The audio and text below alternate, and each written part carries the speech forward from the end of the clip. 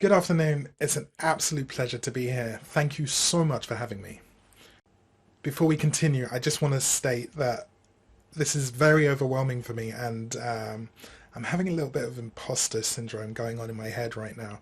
So just bear with me, sit back and enjoy the talk. Text on screen reads, "The following presentation is based on my personal experience and may contain triggering subject matter. This video is to show you that you are not alone. I am here with you." Before I even start telling you about myself, my story, or what I'm doing, I have an exercise that I would love for you guys to take part in with me.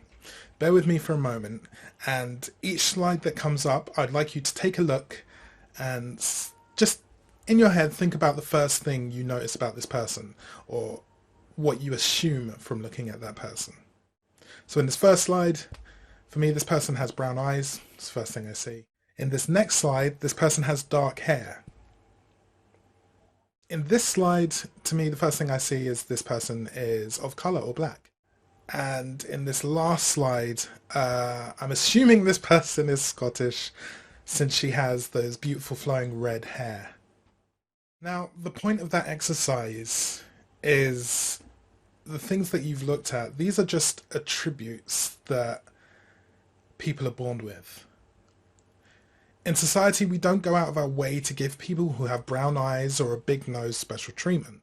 There is an imaginary line that we draw where we decide that these people that we wholly accept are over here, and everyone else past this line are people that we don't. Is the line something that we draw when someone else makes us uncomfortable? Or when we are uncomfortable with ourselves for being uncomfortable when we shouldn't be? Do we suddenly decide to draw that line when we are making someone else uncomfortable? But here's the thing. I'm uncomfortable all the time. And the thing is, there are days where I feel like I've been uncomfortable almost all my life. I live in a constant state of emotional anxiety. My brain is always buzzing with overstimulating thoughts. Is the easiest way to explain it. One of the most difficult things for me is social interactions. Sounds, colour, movement, all things that provide distractions, as I'm constantly in a state of analysing what is going on, just baffle my mind. But the biggest thing for me is there's a constant blind spot in my social awareness, causing me to push social boundaries, and this often makes people uncomfortable. This is where things get interesting, because as a child, I had to become hyper aware of microexpressions, and I have studied the emotional reactions of people around me all my life. And I have absolutely had to become somewhat of an expert on being able to tell when I make somebody uncomfortable. You may be able to sort of guess or have the ability to know when a statement is going to be taboo before you say it. Whereas I have to make the statement to learn that it's going to be taboo after I say it. And then what I do is try to figure out how to make things better for other people around me and repair the damage that's done after I cross that imaginary line. Funny enough, there are people out there that are not on the spectrum that do this. Comedians specifically do this. They go out their way to make you feel uncomfortable so that we can all have a laugh. You know, whether it's a heckler in the crowd or whether they're just discussing the social norms of our society at any given point. The idea is to bring that to your attention, understand it, and then laugh about it and how ridiculous it is as a community. I guess where I'm going with this is humans need social connections. It doesn't seem to matter whether you have brown eyes, whether you have bright flowing red locks of red hair. You still have an innate, instinctual need to be with other people who love and accept you for who you are. But when you spend most of your life uncomfortable around other people and uncomfortable thinking about how you make other people feel, as well as overly aware of everything that is always happening around you all the time, whether it's something you can control or something you can't, then it becomes one of the most disheartening and miserable experiences, and it becomes something that you cannot escape because it's what you live every day. For myself and many others, this leads down a very, very dark path. You feel isolated, there's depression, and in cases like my own, self-harm and suicide attempts. The worse it gets, obviously, the more it hurts, whether you're acknowledging that emotional trauma or not. Now, I'm not just spouting my experiences here. There's scientific evidence to back this up. Because there was a famous article that came out in the New York Times in 1988 that was reported on the study conducted by Harry Harlow and psychoanalysts John Bowlby and Rennie Spitz. I'm not sure if I'm saying John's name correctly. The work was focused on explaining the long-known syndrome in which infants deprived of direct human contact grow slowly and even die. And there is a link to that article that I can provide you with a bit later if you wish. No one wants to be embraced because they're different, which is exactly how most people try to solve their problems. We have quotas to fill for hiring practice, a certain number of females, a certain number of people of colour, a certain number of disabled people, etc., etc. Now, if you know the article, think about these infants. We don't pick them up and hold them because they don't have parents or their parents can't hold them. We don't hold them because they are different. We pick them up and hold them because they are infants and it's our instinct to nurture them, to love them, to protect them for who they are in that moment. Whether you want children or not, whether you have a maternal instinct or not, there is some point in your life, in your career, where you have nurtured someone, not because they are different, but because you genuinely care and you want to bring them into an environment where they feel safe and they can grow. I mean, as we grow up, everyone wants to find a place where they fit in as they are without changing their core concept. To find a group of people who have a common interest. Notice I said interest, not skin color or disability. Everyone wants to find a place where they can go and be wholly completed and wholly and completely accepted for who they are. This is especially true today as more and more people, children and adults, coming forward with their struggles due to the pandemic.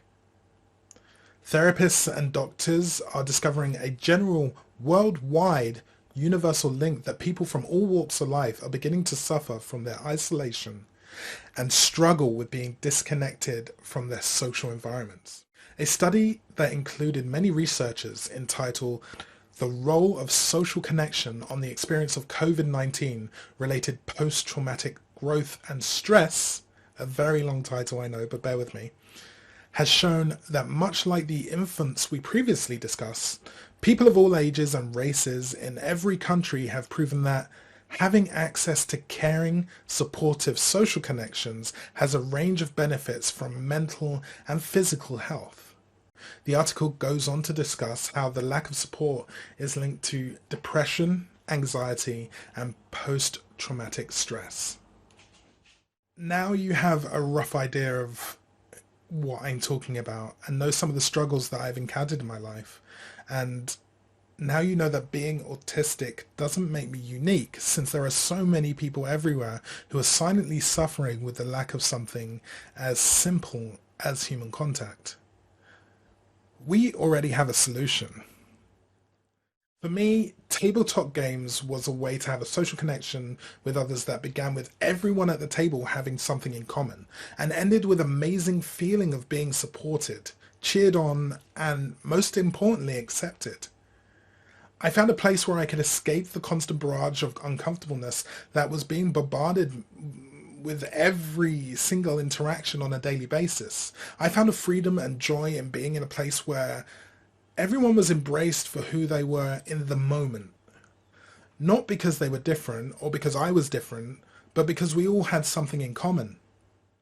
There is no anxiety when you walk to a table and everyone that at that table has something in common. When Everyone at that table has no expectations from anyone else than to simply engage in a game that has a simple set of rules and a clear guidelines for social interaction, where no one worries about needing or expecting anything from each other. That to me is connection. That to me is true inclusion. And we can do it with gaming, not just board games, tabletop games, or digital games. I strongly believe that humans developed games as a way to teach and to impose wisdom on each other, as a way to bring each other up and understand things and empathize in new ways, in new creative and imaginative ways. They're amazing tools that we undervalue within our society now. I mean, these bonds that we create as we interact in a certain set of circumstances leave all of us feeling energized and optimistic. This is like a universal feeling that all of us have when we create meaningful and empowering connections with people. And it's something that isn't unique. It is an adventure that is shared between a band of people that are all growing together. If I can discover this feeling, that means that anyone else can. And it was this realization that made me decide that I need to empower people all over the world to find their niche, to find their tribe, to find their people that they click with. I started Kugai Games in its current form in 2017 with the goal of making tabletop experiences for everyone that resonate with great stories, mechanics, and social experiences. These tools are specifically designed to build and create social dynamics that facilitate making friends, building relationships, and creating memories for people that everyone can talk about. This evolved, and I discovered making tabletop games was just a small part of the picture. I needed to live as an example of what I wanted to achieve. So I started volunteering at the National Autistic Society in 2018, a charity here in the UK. And then by extension, other charities like Scope as a consultant. In 2020, I started streaming on Twitch, the idea being to bring people together not only so I could self-publish my tabletop games to an audience that shared the same values, but to create experiences in digital games that really enforced the values of learning and experiencing strong social connections.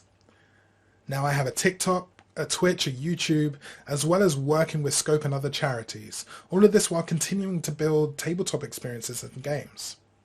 Kugai Games has become my way of building social interactions that leave people with not only understanding of what it's like to be on the spectrum, but how empowering it is to help others and build a community of people who understand just each other through open communication and inclusive content. Open discussions without judgment in controlled situations are so reinforcing to that connection that we feel, because you do not feel like you are judged anymore. Games that guide experiences like D&D, Pathfinder, and other tabletop games that teach empathy through role-playing are just some of the core tools at our disposal out there. The tools that are most powerful, I suppose, are the tools that get us talking. Dungeons & Dragons, the tabletop RPG where a group of players build and tell stories, for decades has been a game that makes and breaks friendships. But the tool itself has become incredible for empowering people that have a different viewpoint to source their favorite material from popular media, literature, and their own imaginations to experience life through the eyes of someone else. This tool, if applied correctly, is a powerful way of bringing people out of isolation. Everything we discussed earlier is left behind. Your skin color, your eye color, where you're from, male or female, if you have one arm or two, and the game progression together is what happens at the table. These tools are what inspires me and in turn the company I'm building. Kugai Games are built for moments like this, to provide inclusive content that those who grew up like me have something to identify with, then empower them to look past the common physical and mental similarities to use the games and stories as tools to build their social safety net. And bit by bit, that loneliness fades away. You gain the information to identify and hopefully understand what it is and how you can empower yourself. And then the real journey to include others begins. Gamers create experiences that form bridges between people. Of course, these tools that help me create social dynamics and facilitate meaningful relationships and connections are something that can be built into any game, regardless of the platform, or whether it's something that is digital or hard copy or just spoken from one person to the other. Regardless, I hope my story inspires you to do this with your games as well and figure out how, rather than targeting a demographic based on the disability they have, you can target a demographic based on the story they want to experience, and know that the changes you made to the hardware, while yes, granting accessibility, it's the changes we need to make to the mentality that will provide the biggest difference to everyone out there. And before I go, I would love you to take a moment to think about this. When was the last time you took part in an activity on your own and played something that brought you together with somebody new? Somebody you had never met. Somebody who, after you finished that activity you were doing, you discovered something about them that made you really want to stay connected. That you enjoyed the activity enough with them that time just flew. Don't we all just want that? Thank you.